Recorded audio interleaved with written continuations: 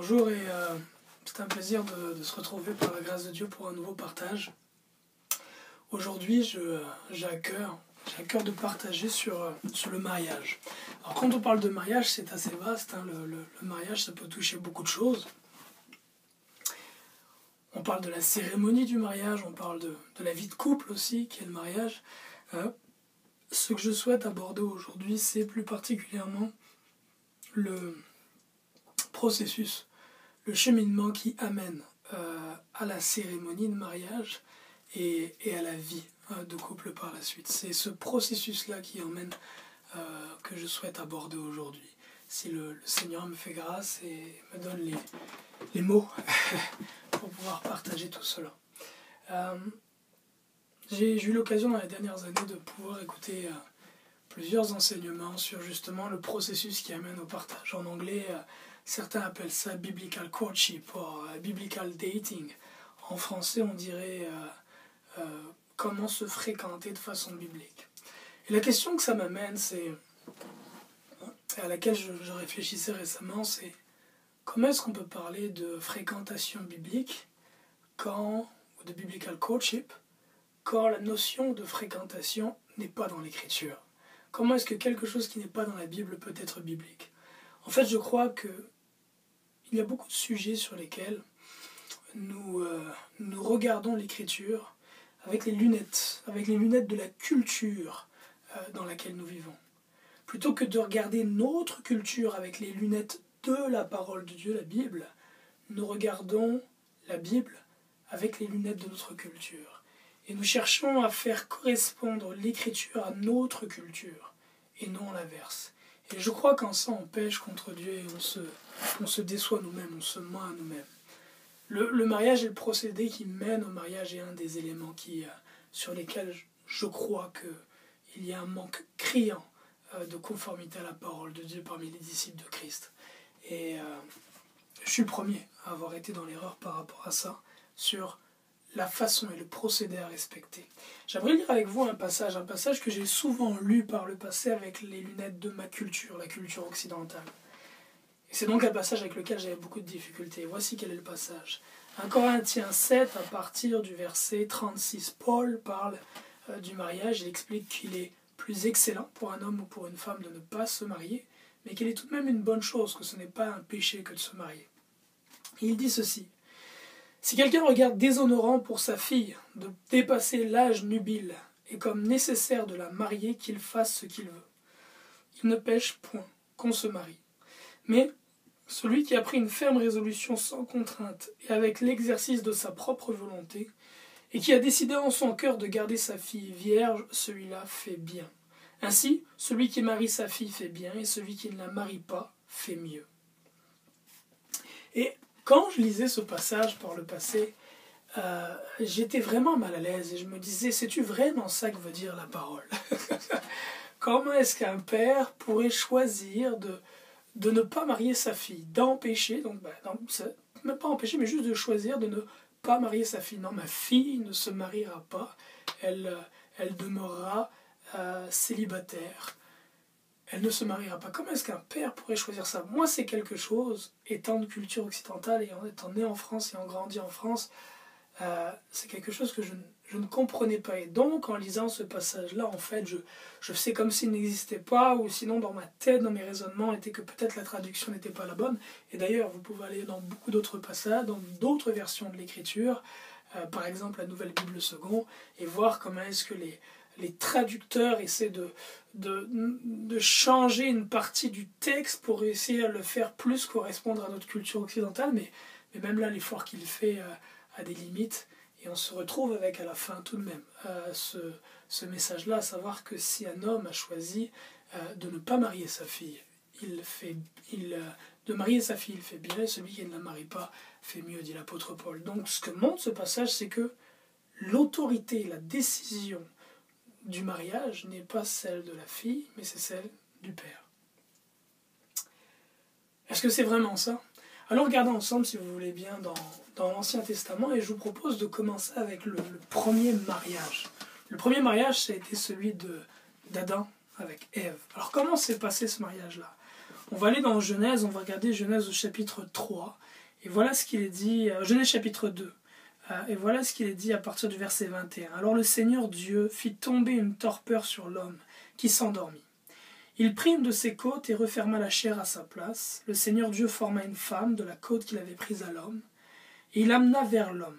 L'homme dit cette fois, c'est l'os de mes os, la chair de ma chair, celle-ci on l'appellera femme, car c'est de l'homme qu'elle a été prise. C'est pourquoi l'homme quittera son père et sa mère et s'attachera à sa femme, et ils deviendront une seule chair. Fait que dans ce passage-là, on voit l'origine de l'institution du mariage. Et concrètement, comment est-ce que le procédé qui a amené à l'union d'Adam et Ève a eu lieu? On a un père, Dieu, qui a un fils, Adam. Adam est fils de Dieu. Et on voit dans ce passage que Dieu, le Père, va prendre pour Adam une femme, Ève, et la donner à son fils, Adam. Il prend une femme pour son fils et la donne à son fils. Ce n'est pas Adam qui a été chercher une femme, il n'a pas courtisé Ève, elle la lui a été donnée par son père. Et on peut regarder ça aussi dans l'autre angle. Dieu, qui est le père de Ève, parce que c'est lui qui l'a créée, il donne sa fille à Adam. L'Écriture dit qu'il referma la côte et il amena donc cette femme vers l'homme. Donc le premier mariage dans son processus, c'est l'histoire d'un père qui cherche une femme pour son fils, qui la trouve et qui la donne à son fils. C'est l'histoire d'un père qui donne sa fille à un homme, ici Adam. Est-ce que les choses ont été différentes par la suite? L'Écriture ne parle plus vraiment d'autres mariages pendant plusieurs siècles. En fait, je pense qu'après c'est Abraham, on y viendra, avec son fils Isaac. Mais je crois que le raisonnement est resté pas mal le même jusque-là. À savoir que le mariage, c'est une histoire en fait avant tout de père. C'est un père qui prend originalement une de ses filles et qui la donne à un de ses fils. Et Adam a fait la même chose pour ses enfants que Dieu avait fait pour lui. Adam a pris de ses filles et il les a données à ses fils. Par la suite, et avec l'arrivée du péché, il semble que l'homme se soit adapté et la parole nous montre que l'inceste est devenu un péché, une chose interdite. Les conséquences que ça sont mauvaises pour l'homme. Et il semble qu'il y ait eu un petit changement dans la façon dont les choses se sont faites. C'est toujours resté le père, on va le voir par la suite avec Abraham, qui est l'auteur du mariage, qui est celui qui commence le processus, qui est celui qui l'amène à la conclusion. Mais au lieu que le père prenne de ses filles pour les donner à ses fils, il est arrivé à un moment où il y a eu un changement qui a dû se faire et les pères ont commencé à donner leurs filles à d'autres fils qui n'étaient pas les leurs et à prendre des filles qui n'étaient pas les leurs pour les donner à leurs fils, afin qu'il n'y ait plus d'inceste et tous les problèmes qui peuvent arriver avec ça. Et c'est là que nous arrivons justement à la suite de ce que nous montre l'Écriture avec le fonctionnement du temps d'Abraham. On va regarder si pour Abraham, comment est-ce que Abraham justement a fait pour marier son fils Isaac. On va aller, si vous le voulez bien, toujours dans le livre de Genèse. On va aller dans le livre de Genèse et nous allons prendre Genèse au chapitre 24, verset 1. Chapitre 24, verset 1. Abraham était vieux, avançant en âge. Le Seigneur l'avait béni en tout. Abraham dit à son serviteur, le plus ancien de sa maison, celui qui administrait tous ses biens, « Je te prie, mets ta main sous ma cuisse, et je te ferai jurer par le Seigneur, Dieu du ciel et Dieu de la terre, que tu ne prendras pas pour mon fils une femme d'entre les filles des Cananéens, parmi lesquels j'habite. Tu iras dans mon pays, au lieu de mes origines, et là tu prendras une femme pour mon fils, pour Isaac mon fils. » Le serviteur lui répondit, après on continue. Mais on voit ici que la logique est encore la même. Abraham fait comme Dieu l'a fait pour Adam. Et comme Adam l'a fait probablement pour ses fils. Abraham prend l'initiative et l'autorité, exerce l'autorité de choisir une femme pour son fils Isaac. Ce n'est pas Isaac qui a choisi une femme pour lui-même, c'est son père qui a choisi une femme pour lui. Et en ceci, Abraham glorifie Dieu parce que, souvenons-nous que lorsque Dieu crée l'homme, il le crée à son image, afin qu'en l'homme sa gloire paraisse. C'est-à-dire que lorsqu'on regarde à l'homme, on doit pouvoir voir en regardant à l'homme, à la famille humaine, une image de Dieu dans les cieux. Et Dieu choisit pour ses fils des filles. Et de la même façon, Abraham choisit pour son fils une fille. Il reflète ainsi pleinement l'image de Dieu. Et glorifie le Seigneur dans ce fonctionnement-là. Et donc le serviteur s'en va et Genèse, lorsqu'on continue un peu plus loin, il arrive et voilà ce qui se passe. Au verset 34-35, on peut dire « Je suis le serviteur d'Abraham, le Seigneur a grandement béni mon maître, qui est devenu un homme important, il lui a donné du bétail, etc. » Et là, le serviteur d'Abraham explique comment est-ce que sa rencontre s'est faite avec Rebecca et comment il est le signe que c'est elle qui est faite pour Isaac. Et à la fin de l'explication qu'il donne au père de Rebecca, qui est Bethuel, voilà ce que Laban et Bethuel répondent. Laban et Bethuel, Laban qui est le grand frère de Rebecca, semble-t-il, et le fils de Bethuel. Laban et Bethuel répondirent « Cette affaire vient du Seigneur, nous ne pouvons rien t'en dire, ni pour ni contre. Rebecca est là devant toi, prends-la et va-t'en, qu'elle devienne la femme du fils de ton maître, comme le Seigneur l'a dit. » Donc ce qu'on voit ici, c'est que le mariage, dans le processus de création et jusqu'à ce qu'il soit consommé par les époux, c'est l'affaire des pères. C'est Abraham d'un côté et Bethuel de l'autre qui prennent la décision de marier leur enfant. Comme Adam l'a fait, comme Dieu, comme le Père l'a fait avec Adam et Ève, et comme probablement Adam l'a fait avec ses propres enfants. On voit que Bethuel ne le fait pas sans consulter l'opinion de sa fille. À la fin, au verset 58, alors que le serviteur d'Abraham souhaite partir avec la jeune femme, Rebecca, il est dit qu'ils appelèrent donc Rebecca et lui dirent « Veux-tu aller avec cet homme ?» Elle répondit « Je veux bien. » Et ils laissèrent alors partir leur sœur Rebecca et sa nourrice avec le serviteur d'Abraham. Et Rebecca est arrivée auprès d'Isaac quelques jours plus tard. Isaac l'a prise dans sa tente, il l'a connue, elle est devenue son épouse. Où est-ce que l'on voit le biblical courtship ou une fréquentation biblique? Ça n'existe pas jusqu'à présent dans la parole. L'Ancien Testament n'en parle pas. L'Écriture ne nous montre pas que c'est ici un homme qui choisit une femme et une femme qui choisit un homme, qu'ils se choisissent tous les deux. Non, ce sont les pères qui ont l'autorité sur leur foyer, qui choisissent de marier leurs enfants. Continuons si vous le voulez bien. On va aller plus loin, on va aller regarder l'exemple un petit peu différent, celui-ci que nous a donné Isaac par rapport à son fils Jacob. Comment est-ce qu'Isaac a marié Jacob? Et nous allons aller, si vous le voulez bien, dans le passage qui se trouve, Genèse 24, verset 3. Non, Genèse 28, verset 1. Genèse 28, verset 1, Isaac appela Jacob, le bénit et lui donna cet ordre. Tu ne prendras pas pour femme une cananéenne. Va à Padamaran, chez Bethuel, le père de ta mère. Là-bas, prends pour femme une des filles de Laban, le frère de ta mère. Que le Dieu puissant te bénisse, te rende fécond et te multiplie et que tu deviennes une assemblée de peuples. Donc on voit ici que Isaac n'est pas allé jusqu'à l'endroit de choisir une femme pour son fils Jacob.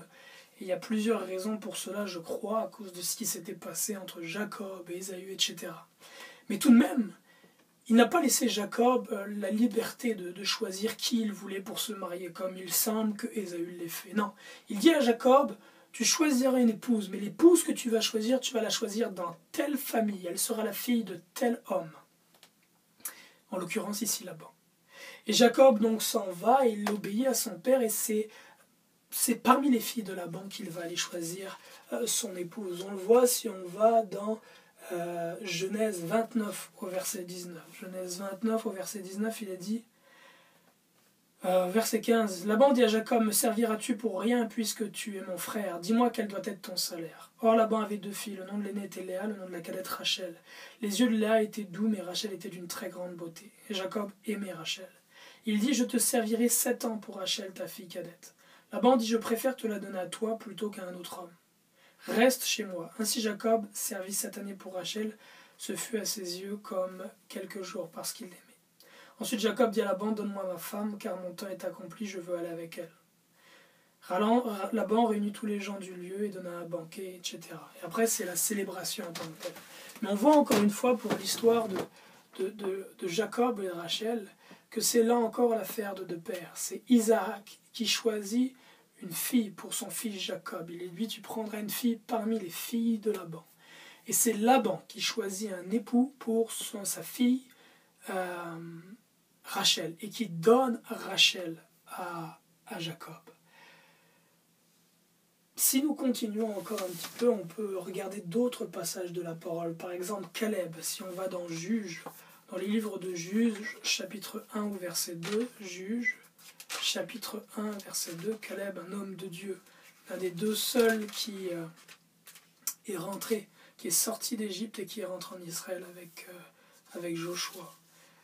Juges, chapitre 1, verset 12. Et voilà ce qu'il est dit.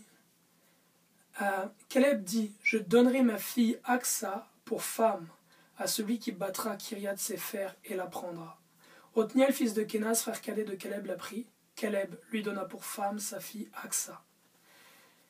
Ici, on voit encore une fois pour Caleb, ce n'est pas Aksa qui a choisi son mari. C'est son père, c'est Caleb, qui a choisi pour Aksa qu'elle sera son mari. Et il a donné sa fille en mariage à l'homme qu'il avait choisi pour elle. Il n'est pas question dans ce passage-là de fréquentation biblique. Je n'ai pas vu dans la parole cette notion-là en tant que telle. Continuons encore si vous le souhaitez.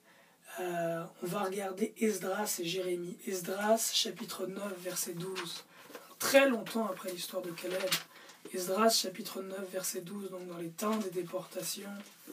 Esdras, que je retrouve Esdras. Ample. Esdras, juste ici. Esdras 9, au verset 12. Voilà ce qu'il est dit. Nous avons abandonné des commandements, ceux que tu avais institués pour nous par l'intermédiaire de tes serviteurs les prophètes en disant. Voilà le commandement que Dieu avait donné. Le pays dans lequel vous entrez pour prendre possession est un pays souillé par les peuples des pays, à cause des abominations dont ils l'ont rempli d'un bout à l'autre avec leur impureté. Ne donnez donc pas vos fils à leurs filles et ne prenez pas leurs filles pour vos fils.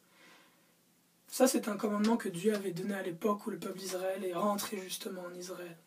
Et Dieu avait donné le commandement de ne pas prendre les filles de ces peuples païens pour leurs fils et de ne pas donner leurs filles aux fils de ces peuples païens. Donc on voit qu'aux yeux de Dieu dans l'Ancien Testament, c'est le père qui prend la décision de prendre une fille et de la donner à son fils et de prendre ses filles et de la donner à un autre. Ce n'est pas l'enfant, ce n'est ni le fils ni la fille qui prend cette décision-là. Il semble que l'opinion est à considérer. On le voit avec Rebecca. Toutefois, la décision est vraiment celle du père. Le mariage, nous montre l'Écriture, c'est une affaire de père. On continue si vous le souhaitez. On va aller dans le livre de Jérémie 29.6, dans le temps justement de la déportation dont je parlais tantôt. Jérémie 29.6, après le livre d'Isaïe, Jérémie 29.6. Et voilà ce qu'il est dit, le commandement que Dieu donne à son peuple alors qu'il est déporté à Babylone.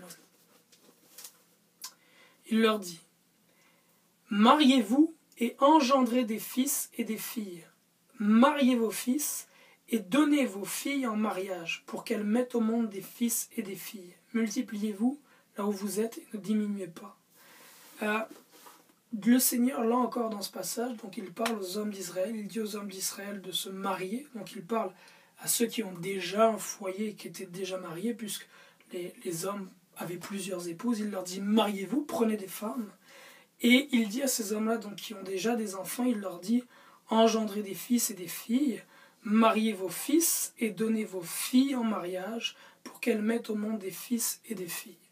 Donc dans ce passage-là, encore une fois, la même logique, on voit que c'est le père qui prend des filles pour ses fils et qui donne ses filles à d'autres hommes pour les marier. Et cette façon de faire qu'on a regardé là dans les 20 dernières minutes est vraiment différente de la façon dont on opère aujourd'hui. Aujourd'hui, le processus du mariage commence par un jeune homme et une jeune femme qui s'apprécient, qui se trouvent beaux, intéressants, peu importe, qui prient, qui ont des visions, paroles, et qui commencent à se fréquenter, qui vont demander éventuellement l'avis de leurs parents ou l'avis de leur pasteur, s'ils ont remplacé leurs parents par leur pasteur. Puis, lorsque lorsqu'ils sentent le temps venir, ils choisissent de se marier et demandent à leurs parents de bénir leur mariage. Ce n'est pas le procédé que montre la parole de Dieu. Ce que montre l'Écriture, c'est que c'est le père de la fille qui choisit de la marier. C'est le père de la fille qui choisit s'il va la marier. Et c'est le père de la fille qui choisit avec qui il va la marier et quand il va la marier. C'est aussi lui qui choisit qui son fils va marier, qui choisit une fille pour son fils. Même si on voit dans l'Écriture qu'il semble y avoir un peu moins de rigidité sur cet aspect-là. Toutefois, ce qui semble être l'idéal est vraiment ceci, que même pour un fils, c'est le père qui prend la décision de qui il va marier. Il y a 3 situations auxquelles je peux penser dans lesquelles justement le procédé était un peu différent, un peu plus proche de celui qu'on a aujourd'hui, où c'est le fils qui a pris la décision de celle qu'il allait marier. Et ce qu'on voit, c'est que le fruit de ces trois situations-là n'a pas été excellent. Et les 3 situations que j'ai à l'esprit, la première c'est Samson, dans Juge 14, verset 2. Samson a vu une femme, il l'a aimée, il l'a trouvée intéressante. Puis il allait demander à ses parents d'entériner le désir qu'il avait de marier cette femme-là et de prendre cette femme pour lui. C'est en fait une pièce de théâtre où Samson demande au père de prendre celle que lui il a choisie, alors que c'est normalement au père de prendre la femme que le père a choisie pour son fils. Mais là, Samson choisit une femme et il demande à son père de la prendre. Et on sait que cette femme-là était une femme des Philistins. On sait que cette femme, semble-t-il, n'était pas une femme qui avait des voies droites devant le Seigneur. En tout cas, toujours est-il que cet aspect-là est plus une supposition, parce qu'il n'est pas écrit. Mais on voit que les unions que Samson a eues, étaient des unions qui semble-t-il, étaient basées plus sur l'apparence extérieure, sur la beauté physique dans le fond. On peut penser aussi à Sichem qui a déshonoré la fille de Jacob et qui après a demandé à son père de lui la prendre pour épouse. Donc là encore une fois quelque chose qui n'est pas pur. On peut penser aussi à Jacob par rapport à Rachel. On voit que Jacob, lui, choisit Rachel, mais finalement ce sera Léa qui lui sera donnée. Et ce qui est intéressant de voir, c'est aussi le fait que c'est Léa qui sera l'ancêtre, qui portera la semence qui amène le Seigneur Jésus-Christ. C'est aussi elle qui sera enterrée dans le caveau familial avec Jacob. Ceci pour dire que le choix de Jacob s'est porté sur Rachel, il dit l'Écriture, parce qu'il l'a trouvée belle physiquement. Mais quand un père choisit une fille pour son fils, il va au-delà de l'apparence physique. Ce n'est pas la première chose que le père va chercher pour son fils. Mais lorsqu'un fils choisit une femme pour lui-même, l'apparence extérieure, les choses temporaires, vont peser lourd dans la balance. Et l'amener à prendre des décisions et faire un choix qui ne sera pas forcément toujours le plus excellent. Pourtant, je ne suis pas en train de dire que ce n'était pas la volonté de Dieu que Jacob épouse Rachel, loin de là. Pour boucler la boucle, j'ai fini avec 1 Corinthiens 7, verset 36. 1 Corinthiens 7, que nous lisions tantôt. Et j'ai commencé ce partage-là en expliquant le fait que lorsque je lisais ce passage-là, je n'arrivais pas à l'accepter parce qu'il n'allait pas dans le sens de ma culture. Dans ma culture, la culture occidentale, je choisis moi qui je veux marier. Et une fille choisit qui elle veut marier. Ça, c'est ma culture occidentale. C'est la culture dans laquelle je suis né. Mais que nous dit la culture de la parole de Dieu, la culture de l'homme des cieux, celle de notre Père? Quelle est la volonté de Dieu? Comment doit fonctionner le foyer des disciples de Christ? Comment doivent marcher les enfants de Dieu? La parole nous dit dans l'Ancien Testament, sur ce sujet-là, par rapport au processus qui amène au mariage, la même chose que le Nouveau Testament, à savoir que c'est une affaire de père, que le père est le chef de la maison, il est l'autorité du foyer, à l'image de Dieu notre Père, qui est chef de toute la création, autorité de toutes choses. Et le père dans son foyer, de par l'autorité qu'il a reçue de Dieu sur sa femme et ses enfants, choisit à qui il donne ses filles en mariage et quelle fille il prend en mariage pour ses fils. Aussi 1 Corinthiens 7, verset 36 nous dit « Si quelqu'un regarde comme déshonorant pour sa fille de dépasser l'âge nubile et comme nécessaire de la marier, qu'il fasse ce qu'il veut. Il ne pêche point qu'on se marie. Mais celui qui a pris une ferme résolution, sans contrainte, et avec l'exercice de sa propre volonté, et qui a décidé en son cœur de garder sa fille vierge, celui-là fait bien. Ce n'est pas ici, Paul ne parle pas de la fille, du père qui choisit de ne pas se marier ou de se marier, mais bien du père qui prend la décision de marier ou de ne pas marier sa fille. Et je crois que lorsque l'on fait autrement, on s'éloigne de la perfection que le Seigneur a pour nous. Et on va vers bien des problèmes. Ça peut aller jusqu'à un point qui a été le mien. Ce que je partage aujourd'hui, j'étais loin de le respecter ou de le suivre lorsque je me suis moi-même marié.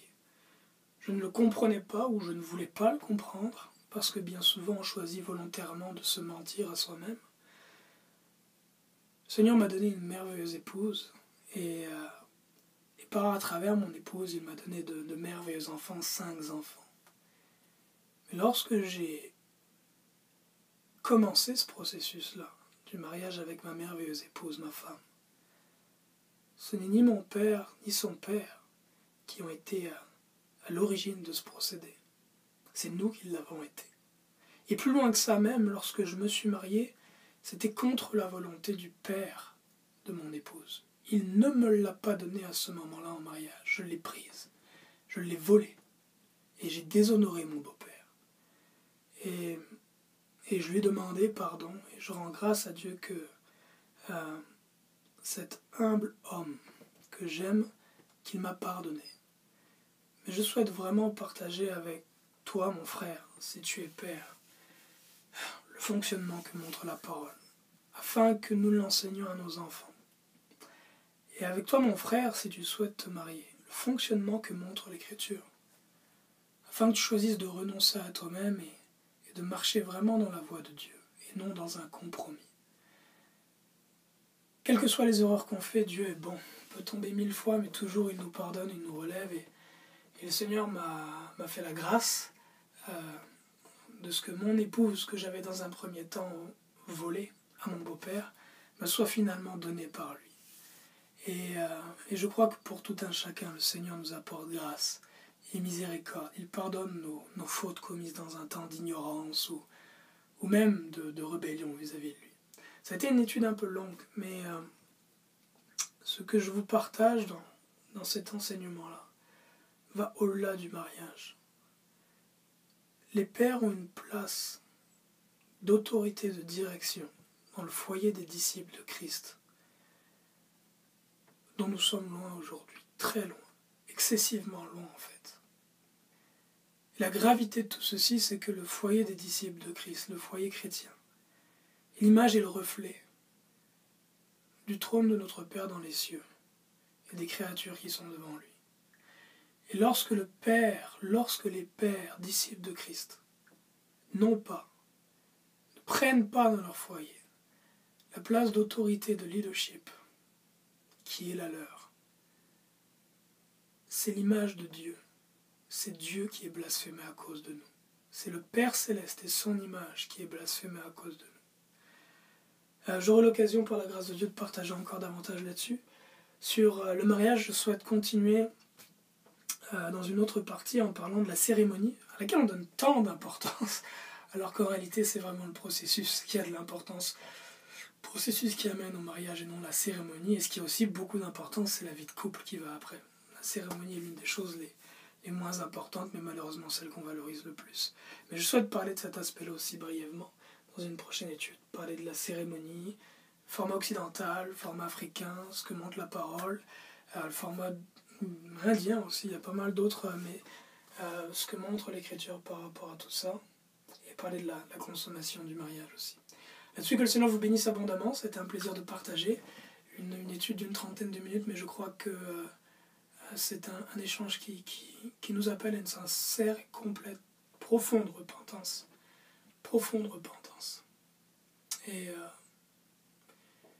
alléluia. Encore une fois, Papa Jean, je te demande pardon. Et merci de m'avoir pardonné. Merci mes frères et sœurs d'avoir entendu et écouté et pris le temps pour écouter ce partage. Que Dieu vous bénisse abondamment. dans le nom de notre Seigneur Jésus-Christ et pour la gloire de Dieu notre Père. Amen.